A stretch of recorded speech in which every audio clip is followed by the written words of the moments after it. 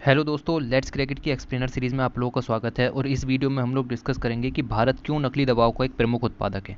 देखिए, कोविड 19 है तो है ही, लेकिन कोविड 19 नहीं भी होता उससे पहले भी इंडिया आप देखेंगे तो लीडिंग प्रोड्यूसर था फेक ड्रग का या काउंटरफीट ड्रग का। इसके क्या कारण है, मेंस में क्वेश्चन आ सकता है, इस वजह से मैं सिर्फ इस वीडियो में कारण ही डिस्कस करूंगा। कारण अगर इस तरीके का क्वेश्चन पूछ लिया गया, why India is a leading producer of fake drug, तो आपको पहले इसकी डेफिनेशन लिखनी पड़ेगी कि फेक ड्रग क्या होता है। तो सोसाइटल इशूज़ के अंदर हिंदी भाषा में मैं आपको सीधे पहले डेफिनेशन बता देता हूँ। तो व्हाट इज़ काउंटरफीट और फेक मेडिसिन क्या होती है। WHO ने डिफाइन किया है काउंटरफीट और फेक मेडिसिन को as the medicine that are deliberately और fraudulently mislabelled with respect to the identity और द सोर्स। या तो आप उसको सोर्स के बेस पर या आइडेंटिटी के बेस पर उसको डेलिबरेटली जानबूझ करके या किसी भी तरीके से आप उसको मिसलेबल्ड कर देते हो, that medicine is called fake medicine और द काउंटरफीट मेडिसिन। आपको पता होगा, आप अपनी भाषा में भी लिख सकते हो, बट ये जो डेफिनेशन है ये WHO डिफाइंड है, तो एक टेक्निकल डेफिनेशन ये यहाँ पर बन जाती है।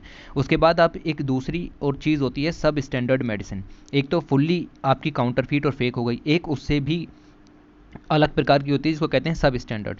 ये मेडिसिन वो होती हैं, ये वो फार्मास्यूटिकल प्रोडक्ट होते हैं जिनकी जो क्वालिटी स्टैंडर्ड्स हैं और स्पेसिफिकेशंस हैं ये मीट नहीं करती ओरिजिनल मेडिसिन से।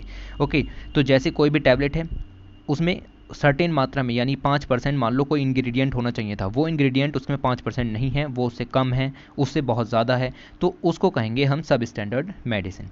According to the research by the OECD and EU intellectual property office, इन्होंने ये बताया कि इंडिया के अंदर एक बहुत अच्छा एक्ट जो लागू है, ड्रग एंड कॉस्मेटिक एक्ट 1940, उसके बावजूद India is a world's leading producer of the fake drug. उसके बावजूद इंडिया वर्ल्ड्स का लीडिंग प्रोड्यूसर है फेक ड्रग का। Act regulates the import, manufacture and distribution of the drug of India.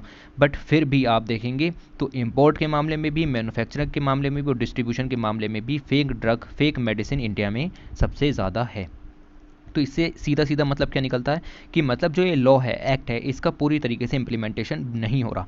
पूरी तरीके से क्या, 90% इम्प्लीमेंटेशन भी नहीं हो रहा। तो सोसाइटल इशूज़ के अंदर सबसे इंपॉर्टेंट पॉइंट जो आपको याद रखना है वो ये है कि लॉज हमारे पास बहुत अच्छे अच्छे हैं बट वो इम्प्लीमेंट नहीं हो पा रहे हैं ढंग से। ठीक है, तो हर एक मुद्दे के अंदर ये पॉइंट याद रखिएगा कि सोसाइटल इशूज़ के अंदर जो आपका ये वाला मुद्दा मैंने बताया कि लॉज तो हैं, एक्ट हैं हमारे पास, रूल्स हैं, बट वो लागू नहीं हो रहे हैं। अब चलते हैं कि why India is a leading producer of fake drugs. तो क्यों है ये, तो ये मैंने यहाँ पर तैयार किया है, आप लोग इसको एक निगाह में देख सकते हैं। ग्रोइंग फार्मास्यूटिकल इंडस्ट्रीज़, लगातार फार्मास्यूटिकल इंडस्ट्रीज़ बढ़ती चली जा रही हैं, उनके ऊपर रेगुलेशन करना उतना ही मुश्किल होता चला जा रहा है। आराम से लाइसेंस मिल जाता है। केमिस्ट की शॉप्स को आपने देखा होगा, आपके आसपास भी हज़ारों केमिस्ट की शॉप होंगी, तो क्या उन सभी को लाइसेंस देना ज़रूरी था? क्या उनकी थोड़ी सी क्वालिफिकेशन नहीं चेक करनी चाहिए कि आखिर वो थोड़ा बहुत पढ़ा हुआ भी है या नहीं है?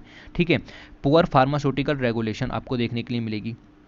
मतलब उनकी आप देखेंगे तो टेस्टिंग नहीं होती, ना ही हॉस्पिटल्स की रेगुलर तौर पर टेस्टिंग होती है, ना ही केमिस्ट की रेगुलर तौर पर टेस्टिंग होती है।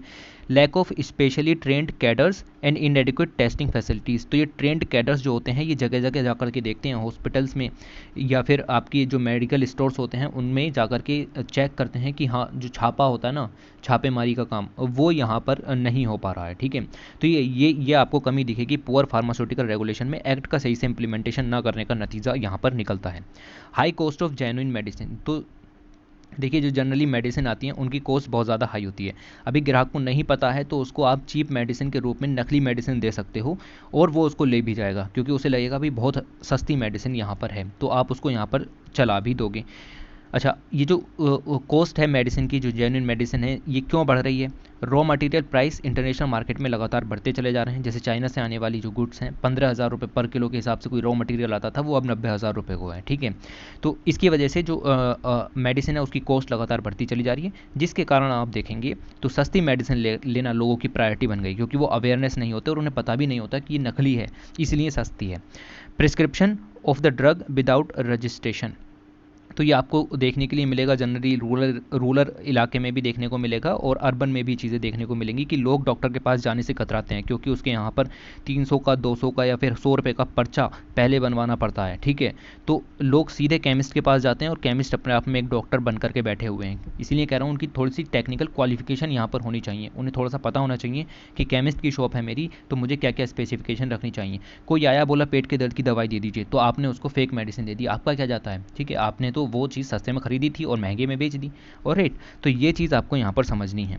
लैक ऑफ पब्लिक अवेयरनेस, लोगों में अवेयरनेस नहीं है specially in rural areas. Okay, और अब तो अर्बन का भी यही हाल है। Prevalent practice of self medication, तो हर घर में डॉक्टर बैठे हुए हैं, ये यहाँ पर बताने की कोशिश हो रही है। Prevalent practice of self medication. और राइट, तो ये चीज़ भी आपको समझनी है। उसके बाद आप देखें weak enforcement of the legislation, जो कि मैंने आपको बताया, जैसे कि ये वाला एक्ट जो है drug and cosmetic act 1940s हमारे पास है, तो लगभग आप देखें तो 80 साल हो गए हैं एक्ट को, और अभी भी इंडिया यहाँ पर वर्ल्ड का लीडिंग प्रोड्यूसर बन चुका है फेक ड्रग का।